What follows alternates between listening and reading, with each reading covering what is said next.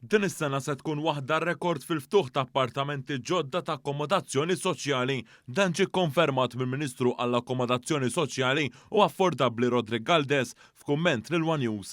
Il-Ministru Galdes tenna li din is-sena se jkunu inaugurati fost oħrajn appartamenti fl-imsida li se jakkomodaw lill-aktar minn 100 familja u ieħor fis-Siġġiewi għal 84 familji oħra. Issa qegħdin jiġu fit-tmiemhom anke dawk il-proġetti li bnejna ftit ta' snin ilu biex inkunu nistgħu jkollna proġetti kbar massivi tal-akkomodazzjoni soċjali qegħdin fil-fażijiet finali. Din is-sena ħad tkun rekord għaliex ħafna mill-proġetti ħajkunu qegħdin jiġu inawgurati din is-sena.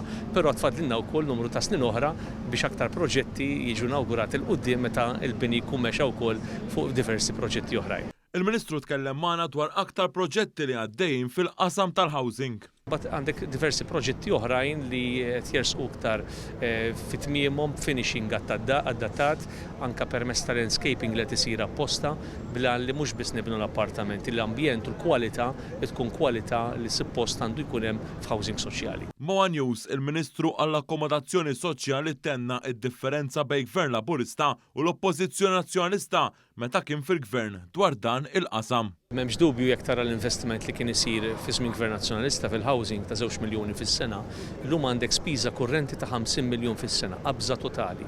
Imma ma dan ukoll investejna madwar 150 miljun oħra biex nibnu investiment kapitali ta' proġetti bħal dawk tal-akkomodazzjoni soċjali.